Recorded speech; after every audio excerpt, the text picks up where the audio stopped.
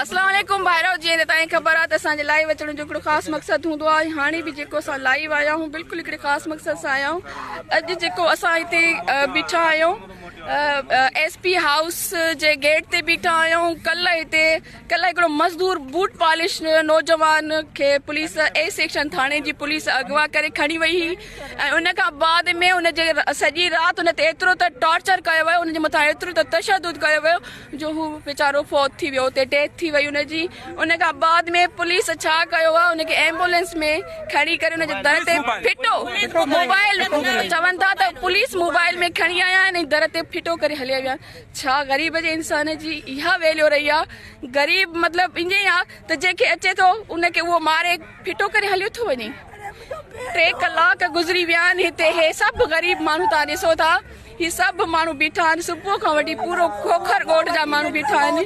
हे औरतूं रोअनि थी पयूं त SP सऊद अमीर मक्सी ॿाहिरि निकिरी हिननि खे को तसली नथो ॾे, हिननि नियाणियुनि जे मथे ते हथ नथो रखे त मां तव्हांजा कातिल अरेस्ट कंदुमि, उन्हनि जे मथां मां केस दर्ज कंदुमि। आख़िर ईअं छो आहे? ही बीठो निज़ाम आख़िर छाजे करे आहे? जेकॾहिं कंहिं सियासी बोधार जो वाठो या को चमचो अगरि मरे थो त पूरी ज़िले जी पुलिस उते उन्हनि जे दरनि ते उन्हनि जे गेटनि ते बीठी आहे। बाक़ी जेकॾहिं हे ग़रीब माण्हू उहो बि पुलिस जे हथां अगरि मरे थो त पुलिस खे कहका नथो अचे। आख़िर छो? छाजे करे?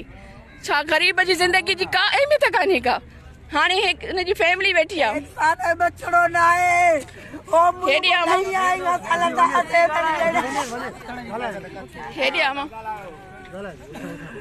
मुझो नटड़ो भाउ मुझो मज़दूर कम तो मोटियो आहे, मुझो बचड़ो 7 बजे उछले विया आहिनि। मुझो कम तो मज़दूर मोटियो आहे भाउ नंढड़ो, हथ ई कम वारा लॻा पिया त फर्नीचर पॉलिश कंदो आहे। ओ मज़दूर मुझो दग तो पकड़े विया त हरू भरू बेडो है के असांखे इतला ई न ॾिनो अथनि, असांखे ख़बर ई न आहे अलाए कहिड़ा टार्चर ॾेई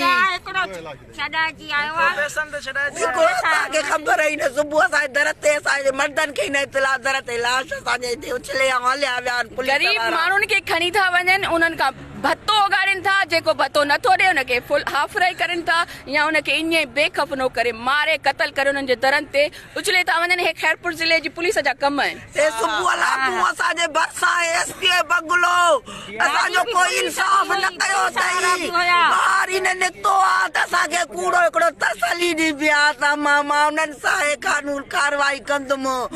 ओ दरनि खे धकाया थी मांस, कोई न असांजे निकितो आहे, असांखे इंसाफ़ खपे। उहे थाणे वारा SP अमीर सऊद मंगसीअ खे ॿाहिरि कढो, पंहिंजे घर खां ॿाहिरि कढोसि त असां SP खे ॾेखारियूं था त धाड़ेला काथे वेठा आहिनि। मां थी निशानदेही कयांसि, मां खैरपुर ज़िले जी न्याणी आहियां, हले मूंसां गॾिजी त मां हिन खां धाड़ेल मंशियात फरोश जिन जे सरपरस्तीअ में मंशियात थी हले, कब्ज़ा माफ़िया जिन जी सरपरस्तीअ में कब्ज़ा माफ़िया थी हले निकिरे ॿाहिरि त मां थी हिनखे ॾेखारियां त काथे वेठा आहिनि वॾा जेके मागर मछनि। तव्हां ग़रीबनि खे छो था मारियो?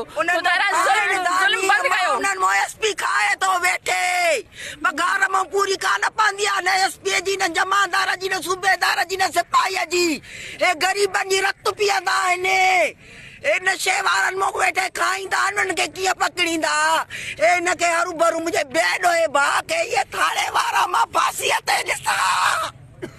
बिल्कुलु असां हिननि खे फांसीअ ते ॾिसूं, न त हिन जो सॼो जेको ज़िम्मेवार आहे SSP खैरपुर आहे, जेको बेगुनाहनि खे माराए थो पियो। छो नथो बंदि करे? पंहिंजी टीम ते छो नथो कंट्रोल करे? असां हमेशह जेके बि इशू थींदा आहिनि उन्हनि खे वाक़ो कयो आहे त बाबा खैरपुर ज़िले में जेका बि टीम आहे 4 कलाक गुज़री विया आहिनि, पर असां हमेशह ॿुधायो आहे त ज़िले में जेके बि टीम आहे उहा गैर कानूनी कमु करे रही आहे, व्याजनि खां भत्तो वठी रही आहे, व्याजनि जी सरपरस्ती करे रही आहे, गुंडनि जी सरपरस्ती करे रही आहे। पोइ छो नथो एक्शन वठे? DPO ज़िले जो DPO नथो निकिरे, सॼो इंतज़ाम है DPO जो हटा त DPO जो कम ॿाहिरि निकिरी अचे न। अवाम जो बाक़ी अवाम खे कीअं इंसाफ़ ॾींदो? अवाम खे कीअं तहफ़ुज़ ॾींदो जॾहिं अवाम जा मुहाफ़िज़ जेके सिंध पुलिस छा आहे? सिंध पुलिस अवाम जे तहफ़ुज़ जे लाइ रखी वई आहे, न कि उन्हनि खे मारण जे लाइ। यानी हे कानून जी वर्दीअ में हिकिड़ा दहशतगर्द आहिनि, यानी कानून जी वर्दीअ में हे अवाम जा जेके दुश्मन आहिनि।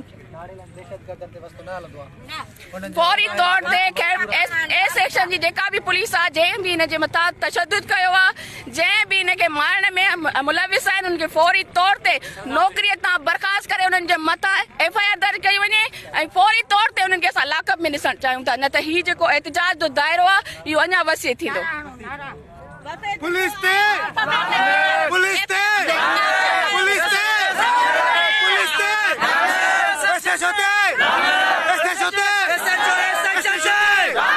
पुलिस ते सेक्शन ते बड़े मुखिया ते SHO सेक्शन ते SHO सेक्शन ते बड़े मुखिया ते बड़े मुखिया ते SHO सेक्शन ते SHO सेक्शन ते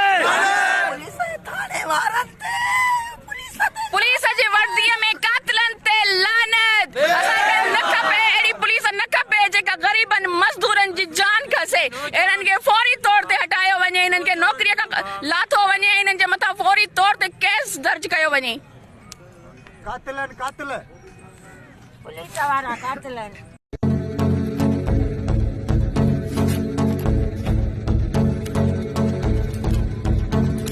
नवाब शाह नवाब शाह नवाब शाह नवाब शाह नवाब शाह नवाब शाह